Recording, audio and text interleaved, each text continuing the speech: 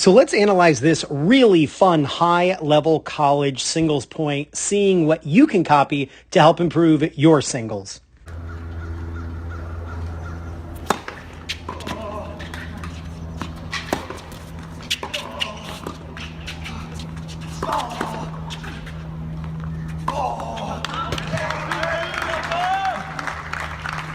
So we got a big-time flat serve right down the tee that the returner, who's a two-hander, by the way, stretches out to put his racket on the ball with one hand, blocking it back. Now, the server here, it's important that he hits this ball near the peak, which he does. You want to hit this ball really at its highest point, unless the highest point is like way out of your strike zone. But that's not the case here. I will say this, I don't think he's far enough away from the ball. I think the ball had a bit of side spin to it. When it hits the ground, it looks like it kicks a little bit toward him, so he gets jammed. But I love the fact that he's playing this ball at head level. So most recreational players do not do this. They allow this ball to drop, but you can see he's hitting this ball very much near the peak. At this point right here, he's got to do something really good with this ball. He's got to drive it to a corner. Unfortunately, I think because he got a little too close to the ball, he ends up not doing much with this shot. He just kind of hits the ball into the middle of the court, slightly outside the middle, but he ends up coming forward anyway. Now here is where the baseliner wins this point.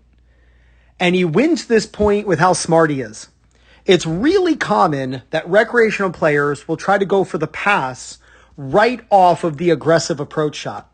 But that's not what this player does. He's a smart player. He decides with all of this room between the net and the opponent coming forward, he decides that he's just going to hit it low to him and then immediately come forward. This is called the two-shot passing shot strategy. You'll notice the baseliner hits the ball and then immediately starts running forward, because anytime you hit the ball low to your opponent, you expect the ball to pop up short, so you should immediately come forward to react to that ball. Now, the half volleyer did split step, but he's got to do more with this half volley. He has got to get this ball super deep near the baseline. He doesn't. The ball is super short, and the baseliner now gets to attack. Now, I will give the player in the red shirt credit. He doesn't wait to see where the ball is going. He expects the opponent to hit to one side or the other. So just like a penalty kick in soccer, the keeper will guess one way or the other, and the player in red guesses that the approaching player is going to hit this backhand cross court. The interesting thing is, it's almost like the player in the red hat, he kind of outsmarts the guy in the red shirt, because he ends up just driving the ball straight at him, figuring that the opponent is going to guess left or right. It's really like a poker game being played here, which is awesome. The initial volleyer, the half volleyer, he gets his racket on the ball, but then you can see he kind of gives up because this ball is going to be put away. Really cool that you see the player in the red hat, he comes forward and he hits this ball very much near the peak, making sure that he's not letting this ball drop. And he just ends up hitting the ball right to the middle of the court. I think that's actually a really smart play.